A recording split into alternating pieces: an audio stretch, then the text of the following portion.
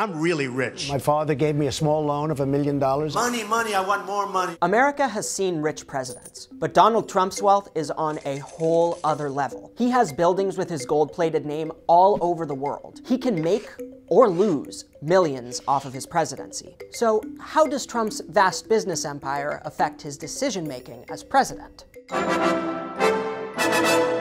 I have a no conflict of interest provision as president. Trump likes to say the president can't have conflicts of interest.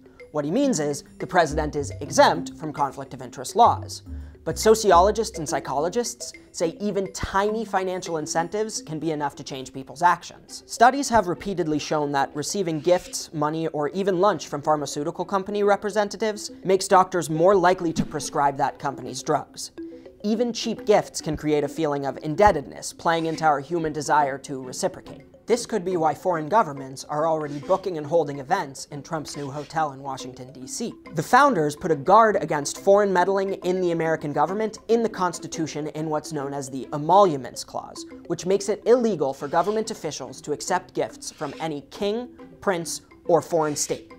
An ethics watchdog group has already filed a lawsuit against the president for violating this clause. Trump resigned from his organization to assure the American public that he will have no such conflicts. But he still owns it, and two of his sons are now leading the company in what even he's not sure counts as a blind trust. I don't know if it's a blind trust if Ivanka, Don, and Eric run it, but is that a blind trust? I don't know. It didn't take long for Trump to demonstrate how his business is mixing with governing. Only 3 weeks into office, Trump was at Mar-a-Lago, his Palm Beach resort, with the Japanese Prime Minister Shinzo Abe, when news broke of a North Korean missile test. Trump began reading intelligence briefings right out on the resort's patio, in full view of his guests, many of whom pay membership dues in the tens of thousands of dollars, and some of whom snapped pictures. In a leaked tape from November, Trump actually told his guests they might get to see him in high-level meetings. We're going to be interviewing everybody. The Secretary of State is going to be unbelievable, so you might want to come along. Trump's many properties in foreign countries, whether he owns them or merely licenses his name to them, pose an even bigger risk. Consider Trump Towers in Istanbul. I have a little conflict of interest because I have a major building in Istanbul. When Trump first announced his intention to ban Muslims from immigrating to the US during the campaign, Turkey's President Erdogan called for Trump's name to be removed from his buildings in the country, only to stop once Trump scaled back his proposal. It's not difficult to imagine a future in which the US would want to move to sanction Erdogan's government, which has become increasingly authoritarian. At that point, Erdogan could use Trump Towers as a bargaining chip to influence the president.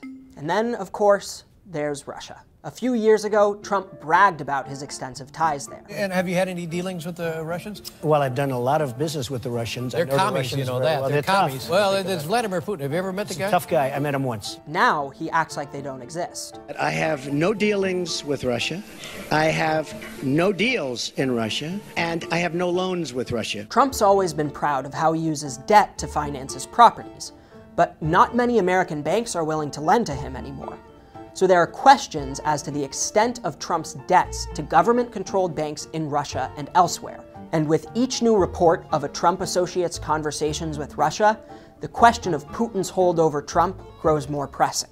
So far, there hasn't been a clear-cut case of Trump compromising national security because of his conflicts of interest. What we do know is that some foreign nations may have unprecedented financial ties to a sitting US president. As long as Trump doesn't release his tax returns, we'll never know for sure what could be motivating his decisions.